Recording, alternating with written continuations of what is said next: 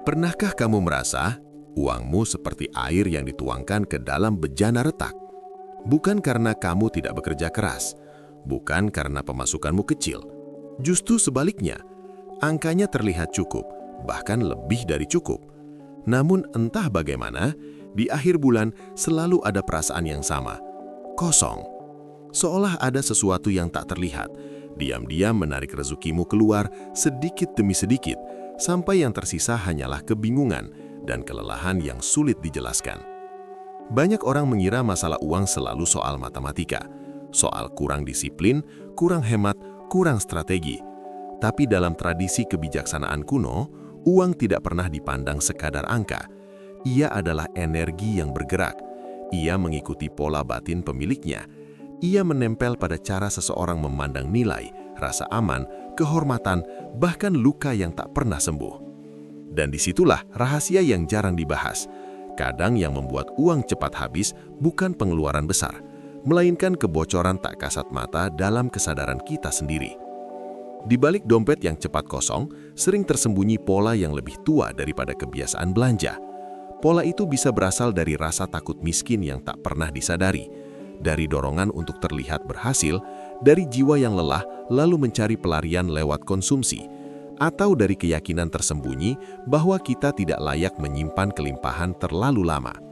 Inilah wilayah yang tidak disentuh oleh nasihat keuangan biasa, wilayah tempat psikologi, spiritualitas, dan hukum-hukum batin saling bertemu. Dalam video ini, kita tidak akan sekadar membahas kenapa uang habis. Kita akan menyingkap kenapa uang seolah tidak betah tinggal. Kita akan menelusuri jejak pengetahuan lama, melihat bagaimana para filsuf, mistikus, dan pengamat jiwa memahami hubungan manusia dengan materi. Lalu kita akan masuk ke lapisan yang lebih dekat, kebiasaan modern, ilusi status, luka emosional, dan ritme batin yang tanpa sadar mengatur aliran rezeki dalam hidupmu. Karena mungkin masalahnya bukan pada berapa banyak uang yang masuk, mungkin masalahnya adalah siapa dirimu saat uang itu datang. Dan ketika rahasia ini mulai terlihat, kamu tidak hanya belajar menjaga uang, kamu mulai memahami bagaimana membangun wadah batin yang cukup kuat untuk menahan kelimpahan. Sejak zaman kuno, para penjaga pengetahuan rahasia tidak pernah melihat uang sebagai benda mati. Emas, perak, gandum, garam, ternak, apapun bentuk kekayaan pada zamannya, selalu dipahami sebagai simbol dari sesuatu yang lebih halus, daya hidup. Dalam banyak peradaban, harta bukan hanya alat tukar, melainkan cermin hubungan manusia dengan kosmos. Cara seseorang menerima, menyimpan, dan melepaskan kekayaan dianggap mencerminkan keadaan jiwanya sendiri. Di Mesir kuno, konsep keseimbangan hidup dijaga oleh prinsip ma'at, harmoni ilahi, ketertiban, kebenaran, dan proporsi yang benar antara manusia dengan semesta. Kekacauan bukan sekadar bencana luar, tetapi penyimpangan dari tatanan batin. Dalam pandangan ini, kelimpahan tidak akan lama menetap pada kehidupan yang kehilangan keseimbangan, bukan sebagai hukuman, melainkan sebagai hukum. Seperti air yang tidak bisa diam di permukaan miring, kekayaan pun tidak bisa bertahan di jiwa yang condong pada kekacauan, ketakutan, atau kerakusan. Di timur, ajaran-ajaran kuno dari India juga melihat hubungan yang dalam antara materi dan kesadaran. Dalam filsafat Vedanta dan tradisi Hindu, ada gagasan bahwa dunia materi bukanlah musuh spiritualitas, tetapi ujian dalam penyamaran. Dewi Laksmi misalnya bukan hanya lambang uang, melainkan kemakmuran yang lahir dari keteraturan, kebersihan batin, rasa syukur, dan kehormatan terhadap hidup. Karena itu, dalam banyak rumah tradisional, orang tidak memandang kelimpahan sebagai hasil kerja semata, tetapi sebagai sesuatu yang berkenan singgah pada ruang yang tertib, pikiran yang jernih, dan hati yang tidak mabuk oleh nafsu memiliki. Lalu di dunia Yunani kuno, para filsuf mulai membedah persoalan ini dari sudut yang lebih tajam. Mereka menyadari bahwa manusia seringkali tidak menginginkan uang itu sendiri, melainkan ilusi yang dijanjikannya, rasa aman, kehormatan, kendali, dan kebebasan dari rasa takut. Aristoteles membedakan antara penggunaan kekayaan untuk kehidupan yang baik dan pengejaran kekayaan tanpa batas yang ia anggap menyimpang dari tujuan manusia. Di titik ini, kebijaksanaan kuno mulai menyingkap sesuatu yang sangat relevan sampai hari ini. Masalah terbesar bukanlah memiliki uang, melainkan ketika uang dijadikan pengganti bagi kekosongan batin yang lebih dalam. Itulah sebabnya pengetahuan semacam ini sering disalahpahami. Sejarah modern mengajarkan kita untuk memisahkan yang material dari yang spiritual, seolah keduanya hidup di dua dunia berbeda. Akibatnya, ketika uang cepat habis, kita hanya mencari sebab di permukaan. Harga naik, gaya hidup, salah hitung, kurang investasi. Semua itu memang penting, tapi tradisi esoterik akan berkata, itu baru bayangannya. Akar sesungguhnya mungkin berada di ruang yang lebih sunyi, di bawah kesadaran, di balik kebiasaan, di dalam keyakinan yang bahkan tidak pernah kita pilih secara sadar. Dan disinilah pengetahuan lama itu menjadi berbahaya bagi tatanan yang dangkal. Sebab jika manusia memahami bahwa hubungannya dengan uang ditentukan bukan hanya dengan kerja, tetapi dengan struktur batinnya, maka ia akan berhenti menjadi makhluk yang mudah dikendalikan oleh ilusi. Ia tidak lagi membeli demi pengakuan. Ia tidak lagi mengejar simbol status untuk menutupi rasa kecil. Ia tidak lagi mengira kelimpahan adalah soal tampilan luar. Pengetahuan seperti ini tidak nyaman bagi dunia yang hidup dari kecemasan kolektif. Dunia yang terus membisikkan bahwa kamu harus terlihat sukses, bahkan jika jiwamu diam-diam bangkrut. Banyak ajaran kuno akhirnya dibungkam bukan selalu dengan larangan terang-terangan, tetapi dengan cara yang lebih halus, disederhanakan, dipelesatkan, lalu diubah menjadi tahayul kosong. Ritual tentang kelimpahan diturunkan menjadi sekadar jimat, simbol-simbol tentang kemakmuran diperdagangkan tanpa makna. Orang diajari mengejar daya tarik uang tanpa pernah memahami bahwa yang sesungguhnya menarik atau menolak kelimpahan adalah kualitas kesadaran mereka sendiri. Karena itu, saat kita bertanya, kenapa uang cepat habis meski pemasukan tidak kecil? Sesungguhnya kita sedang menyentuh pertanyaan yang jauh lebih tua dan lebih dalam. Apakah dirimu adalah wadah yang stabil bagi energi kelimpahan atau hanya persinggahan sementara bagi sesuatu yang tidak pernah merasa aman untuk tinggal? Dan untuk menjawab pertanyaan itu, kita harus masuk lebih jauh ke wilayah di mana kebocoran finansial ternyata sering bermula bukan di dompet, melainkan di pola batin yang diwariskan, dipelajari, lalu dihidupi tanpa sadar. Bayangkan ada sebuah rumah megah dengan pintu ukir yang indah, dinding kokoh dan halaman luas. Dari luar, rumah itu tampak layak menjadi tempat menyimpan harta berharga. Tetapi di bawah lantainya ada retakan-retakan kecil yang tidak terlihat. Setiap kali hujan turun, air merembes masuk, sedikit demi sedikit. Tidak cukup besar untuk menimbulkan kepanikan, tetapi cukup konsisten untuk merusak pondasi. Dan suatu hari, pemilik rumah itu bingung mengapa bangunannya terasa rapuh, padahal ia terus memperbaiki bagian luar. Begitulah cara uang sering hilang dari hidup seseorang. Bukan lenyap dalam satu ledakan besar, tetapi bocor melalui celah-celah kecil yang tersembunyi di dalam kesadaran. Celah itu tidak selalu berbentuk kebiasaan boros yang jelas. Kadang ia muncul sebagai hadiah kecil untuk diri sendiri setelah hari yang melelahkan. Kadang ia menyamar sebagai "aku pantas mendapat ini".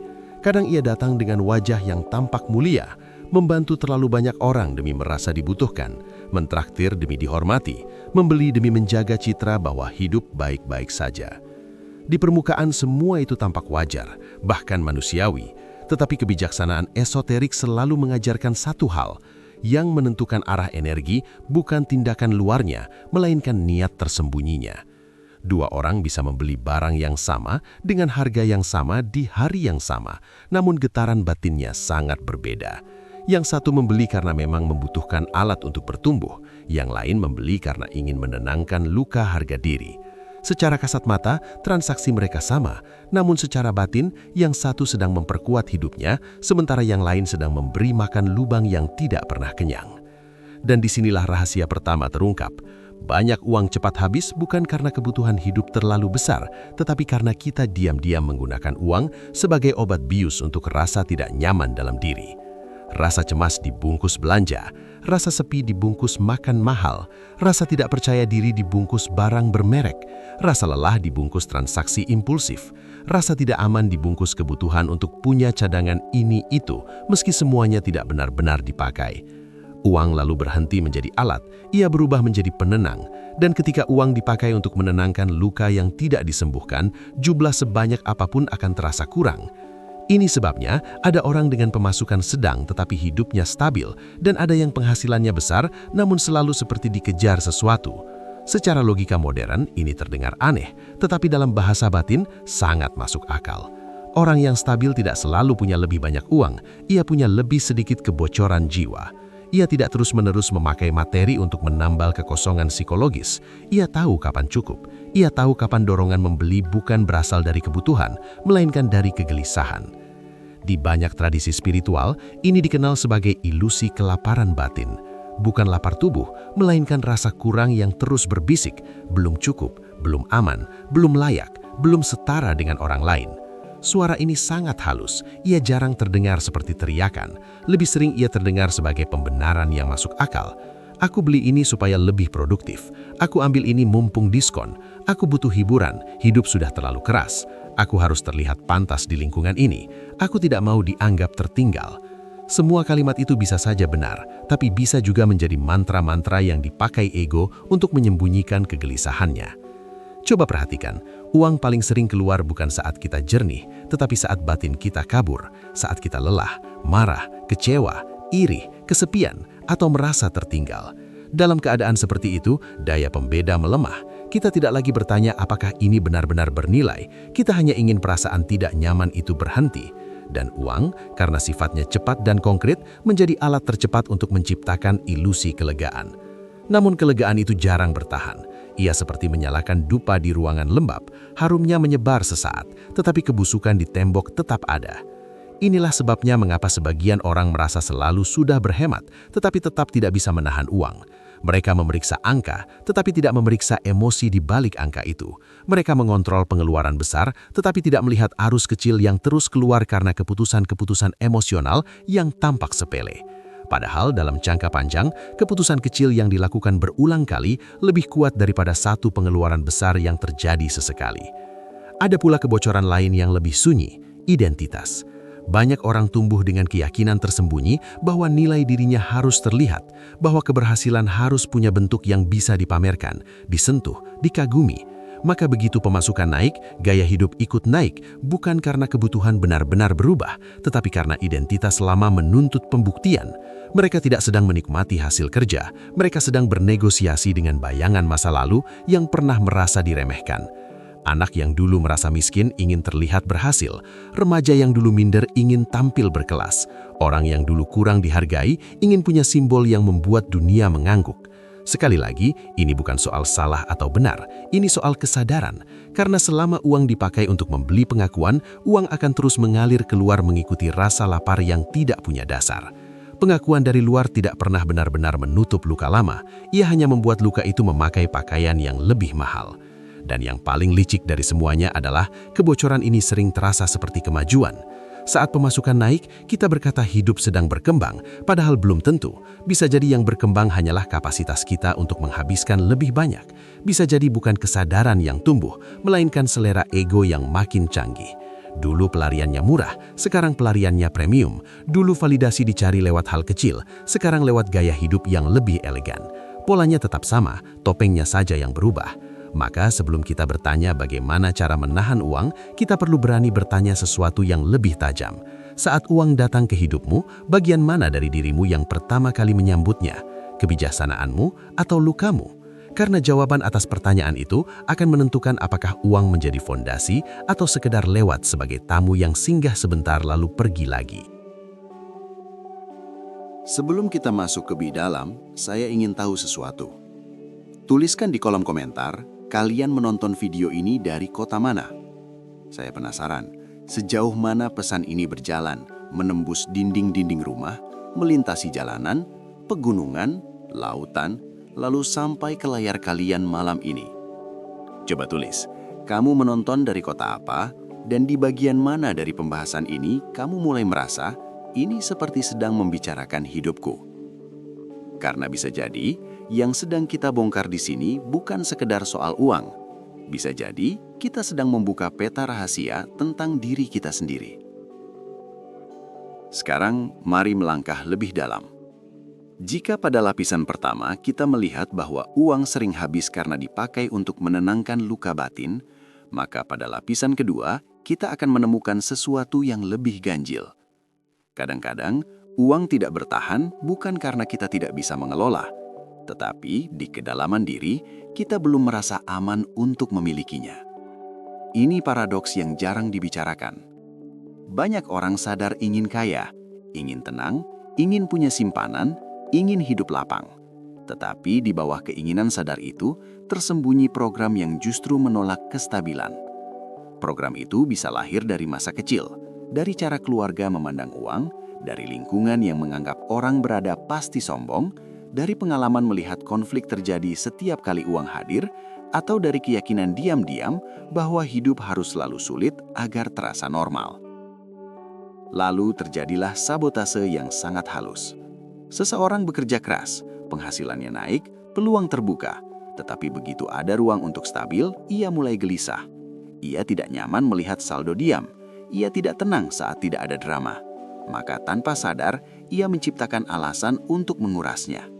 Bukan selalu lewat hal bodoh, kadang justru lewat keputusan yang tampak masuk akal. Upgrade yang terlalu cepat, komitmen finansial yang terlalu besar, gaya hidup yang diam-diam dipaksa naik, membantu orang sampai melukai diri sendiri, atau terus mengejar proyek baru bukan karena perlu, tetapi karena takut jika hidup terasa sunyi. Mengapa ini terjadi? Karena bagi banyak jiwa, kekacauan terasa lebih akrab daripada kedamaian. Dan apa yang akrab sering disalahartikan sebagai apa yang aman. Seseorang yang sejak kecil hidup dalam ketegangan bisa merasa aneh ketika hidup mulai tertib. Orang yang terbiasa cemas justru bingung saat semuanya cukup. Ada bagian dalam dirinya yang seperti berbisik, ini terlalu tenang, pasti akan ada sesuatu yang salah. Lalu ia bertindak sedemikian rupa sampai ketenangan itu runtuh, dan anehnya setelah runtuh, ia merasa seperti kembali ke wilayah yang dikenalnya. Inilah salah satu rahasia tergelap dari hubungan manusia dengan uang. Tidak semua orang takut kekurangan. Sebagian orang justru takut kestabilan. Sebab kestabilan memaksa kita berhadapan dengan diri sendiri tanpa gangguan. Saat uang cukup, kita tidak lagi bisa menyalahkan keadaan untuk setiap kegelisahan. Kita mulai melihat bahwa masalah terbesar bukan hanya di luar, tetapi di dalam. Dan bagi banyak orang, itu lebih menakutkan daripada tagihan. Karena itu, mitos terbesar zaman modern adalah keyakinan bahwa semakin banyak uang otomatis semakin damai. Tidak. Uang hanya memperbesar struktur batin yang sudah ada. Jika di dalam dirimu ada keteraturan, uang bisa menjadi alat yang memperkuatnya. Tetapi jika di dalam dirimu ada kekacauan, uang sering hanya memberi kekacauan itu panggung yang lebih mewah. Orang yang tidak sadar akan dirinya akan memakai uang untuk membesarkan kebingungan. Orang yang haus validasi akan memakai uang untuk memperindah topeng. Orang yang takut ditinggalkan akan membeli kedekatan dengan uang. Orang yang tidak merasa berharga akan menyewa citra melalui uang. Dan semua itu bisa dilakukan sambil terlihat sukses dari luar. Disinilah banyak mitos runtuh. Kita sering mengira masalah finansial selalu terlihat seperti kemiskinan, padahal tidak. Ada orang yang terlihat mapan, nongkrong di tempat bagus, pakai barang bagus, bepergian ke banyak tempat, tetapi hidupnya seperti altar yang terus menuntut persembahan. Begitu uang masuk, langsung ada sesuatu yang harus dikorbankan. Bukan karena nasib buruk, melainkan karena identitasnya dibangun di atas konsumsi yang terus-menerus. Mereka tidak memiliki barang, baranglah yang memiliki mereka. Dan ada sudut pandang lain yang lebih halus lagi. Dalam banyak ajaran batin, uang mengikuti kejelasan nilai. Uang cenderung menetap pada orang yang tahu apa yang penting, apa yang tidak, apa yang bernilai jangka panjang, dan apa yang hanya memuaskan hasrat sesaat. Ketika seseorang kabur terhadap nilai hidupnya, uang pun bergerak tanpa arah. Ia keluar mengikuti impuls, mengikuti suasana hati, mengikuti tekanan sosial, mengikuti algoritma, mengikuti rasa iri yang bahkan tak diakui. Dan itulah sebabnya dunia modern sangat pandai membuat orang miskin perhatian sebelum membuat mereka miskin secara finansial. Karena perhatian adalah gerbang pertama. Di mana perhatianmu jatuh, disitulah energimu mengalir. Dan kemana energimu berulang-ulang, kesanalah uangmu akan mengikuti. Jika setiap hari perhatianmu dipenuhi oleh perbandingan, gaya hidup orang lain, tren, simbol status, dan rasa takut tertinggal, maka jangan heran jika uangmu mengalir bukan ke tujuan yang kau pilih secara sadar, tetapi ke sistem yang sudah memilih untukmu. Ini bukan teori semata, ini kenyataan yang sangat praktis. Orang yang hidup tanpa kesadaran nilai akan mudah membeli karena terpicu. Orang yang tidak mengenal batas akan sulit membedakan antara murah dan bernilai. Orang yang belum berdamai dengan dirinya akan terus mencari versi diri baru melalui benda-benda baru. Padahal benda tidak pernah benar-benar mengubah inti diri. Ia hanya memperpanjang narasi yang sudah ada. Dan sekarang kita tiba pada inti paradoksnya. Uang cepat habis bukan selalu karena kamu terlalu mencintai uang.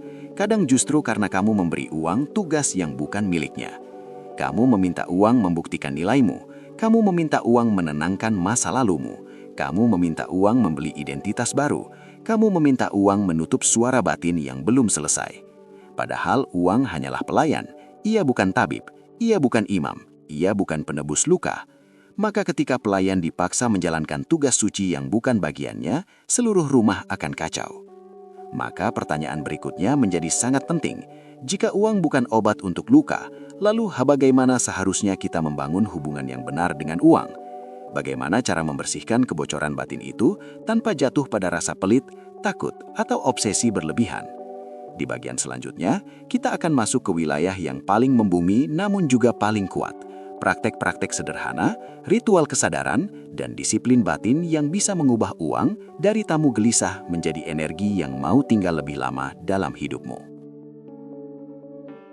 Sebelum kita masuk ke langkah-langkahnya, saya ingin kamu menarik napas perlahan. Tarik, lalu hembuskan pelan. Sekali lagi. Biarkan bahumu turun, biarkan dahimu rileks. Dan untuk beberapa saat, lepaskan rasa bersalah, lepaskan panik, lepaskan suara dalam kepala yang terus berkata bahwa semuanya terlambat. Tidak, malam ini bukan tentang menghakimi diri. Ini tentang melihat dengan jernih. Karena hanya pikiran yang tenang yang bisa membaca tanda-tanda halus dalam hidupnya sendiri. Sekarang dengarkan baik-baik. Hubunganmu dengan uang tidak berubah lewat satu motivasi besar. Ia berubah lewat ritual kecil yang diulang sampai kesadaranmu ikut berubah. Langkah pertama adalah apa yang bisa kita sebut ritual jeda sebelum mengalirkan uang. Setiap kali kamu ingin membeli sesuatu di luar kebutuhan pokok, jangan langsung tekan tombol. Jangan langsung transfer. Jangan langsung ambil keputusan. Beri jeda. 3 napas. Hanya 3 napas sadar. Lalu tanyakan pada dirimu, aku membeli ini untuk mendukung hidupku atau untuk menenangkan kegelisahanku? Pertanyaan ini sederhana tetapi sangat kuat karena ia memisahkan kebutuhan dari pelarian. Dalam banyak kasus yang kita butuhkan bukan barangnya. Kita butuh hening beberapa menit agar dorongan emosional itu lewat. Langkah kedua, buat catatan kebocoran energi, bukan sekedar catatan keuangan. Selama 7 hari, setiap kali uang keluar, jangan cuma tulis nominalnya. Tulis juga keadaan batinmu saat itu. Apakah kamu sedang lelah, kesepian, stres, ingin dihargai, bosan? Inilah kunci yang jarang dilakukan orang. Karena angka hanya menunjukkan kemana uang pergi, tetapi emosi menunjukkan kenapa ia pergi. Setelah seminggu, kamu akan melihat pola yang mengejutkan. Mungkin uangmu paling sering keluar saat malam hari ketika pikiran lemah. Mungkin saat habis konflik. Mungkin saat membuka media sosial. Disitulah pintu perubahan mulai terlihat.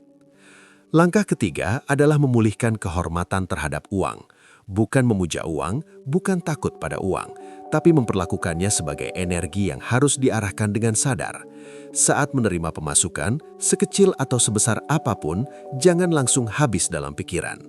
Duduk sebentar, lihat angkanya, ucapkan dalam hati, aku menerimamu dengan tenang dan aku akan mengarahkannya dengan jernih.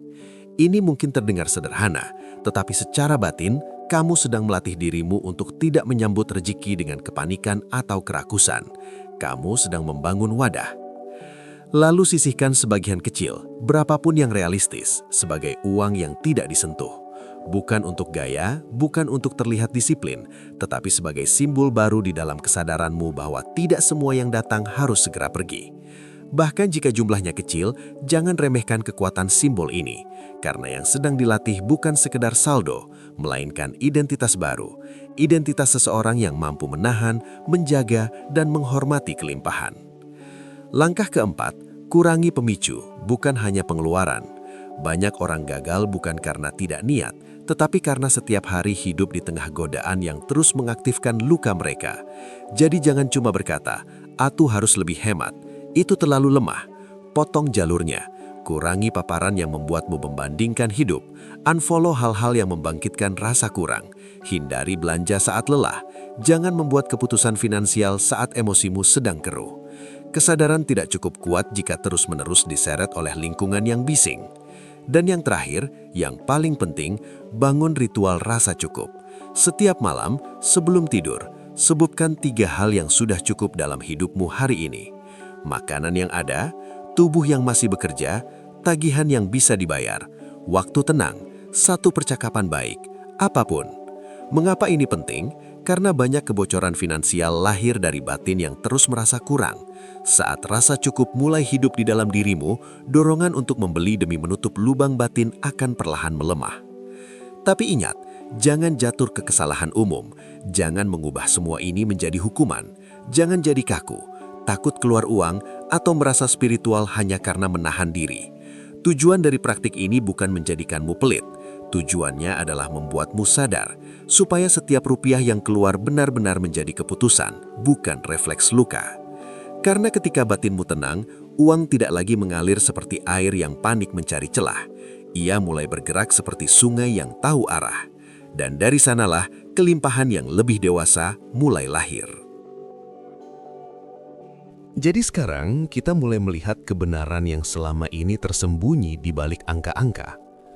Uang cepat habis bukan selalu karena semesta tidak berpihak, bukan selalu karena gaji kurang besar, dan bukan juga semata-mata karena kamu tidak pandai menghitung. Seringkali, uang pergi cepat karena ia masuk ke dalam ruang batin yang masih penuh kegelisahan, penuh dorongan pembuktian, penuh luka lama yang diam-diam masih meminta untuk diberi makan. Kita sudah menelusuri bagaimana para leluhur memandang kekayaan bukan hanya sebagai benda, tetapi sebagai energi yang mengikuti keteraturan jiwa. Kita sudah melihat bahwa kebocoran finansial sering muncul bukan dari kebutuhan besar, melainkan dari keputusan kecil yang lahir saat hati keruh. Kita juga telah membuka satu rahasia yang tidak nyaman. Kadang, yang kita cari lewat uang bukan keamanan hidup, tetapi penenang bagi kekacauan batin yang belum selesai. Dan disitulah seluruh pelajaran ini bermuara. Masalahnya bukan sekadar pada uang yang datang dan pergi. Masalahnya adalah, apakah saat uang datang, kamu menyambutnya dengan kesadaran atau dengan luka? Karena jika luka yang lebih dulu memegang kendali, maka sebanyak apapun yang masuk akan berubah menjadi pelarian, simbol, atau kompensasi. Tetapi jika kesadaran yang mengambil tempat, maka bahkan jumlah yang tidak luar biasa pun bisa tumbuh menjadi kestabilan, martabat, dan kedamaian. Ingatlah ini baik-baik. Kelimpahan sejati bukan hanya kemampuan menghasilkan. Kelimpahan sejati adalah kemampuan menampung. Menampung tanpa panik, menjaga tanpa takut, menggunakan tanpa diperbudak, melepas tanpa kehilangan pusat diri. Mungkin setelah video ini selesai, kamu tidak akan langsung berubah dalam semalam. Tetapi bila satu saja hal mulai bergeser, jika mulai hari ini kamu lebih jujur melihat alasan di balik setiap pengeluaran, lebih tenang saat menerima pemasukan, dan lebih sadar membedakan kebutuhan dari luka, maka sesungguhnya gerbang perubahan itu sudah terbuka. Dan mungkin untuk pertama kalinya, kamu akan menyadari bahwa yang selama ini perlu diperbaiki bukan nasibmu, melainkan wadahmu. Kalau pembahasan ini terasa membuka sesuatu dalam dirimu, tulis di komentar dari kota mana kamu menonton dan bagian mana yang paling menampar kesadaranmu. Saya ingin membaca jejak perjalanan kalian satu persatu. Dan kalau kamu ingin kita melangkah lebih jauh menyingkap rahasia lain tentang energi, kesadaran, dan hukum-hukum batin yang membentuk kehidupan manusia, pastikan kamu tetap bersama channel ini. karena ada pengetahuan yang tidak datang untuk menghibur. Ia datang untuk membangunkan. Dan pertanyaannya sekarang bukan lagi, kenapa uangku cepat habis? Pertanyaannya adalah, siapkah kamu menjadi seseorang yang mampu membuat kelimpahan betah tinggal?